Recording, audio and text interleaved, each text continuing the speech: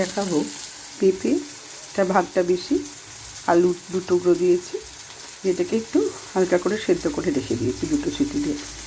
তারপরে এখানে প্রথমে কালো জিরে দিয়েছি, একটু কুচি কুচি করে টমেটো দিয়েছি, একটা কাঁচা লঙ্কা দিয়েছি, দিয়ে আগে টমেটোটাকে নরম করে নিয়েছি।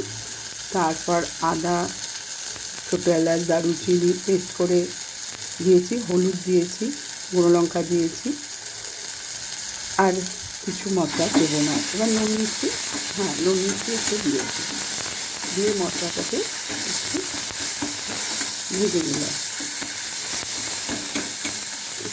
এবার এটা দিয়ে দেবো, পেঁপেটা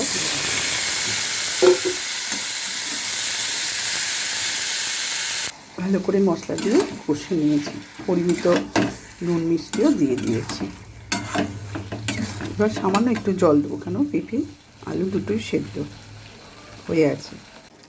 এবার মিনিট 2 মশলা দিয়ে সামান্য জল দিয়ে টকবক করে ফুটিয়ে নিয়েছি কম আছে। এবার এটাতে একটু ঘি দিয়ে এবার নামিয়ে ফেলবো। খেয়ে দেখবেন খুব ভালো লাগবে, ভাতে, রুটি, পরোটা, লুচি যে কোনো জিনিস দিয়ে খাবেন, খুব ভালো লাগবে।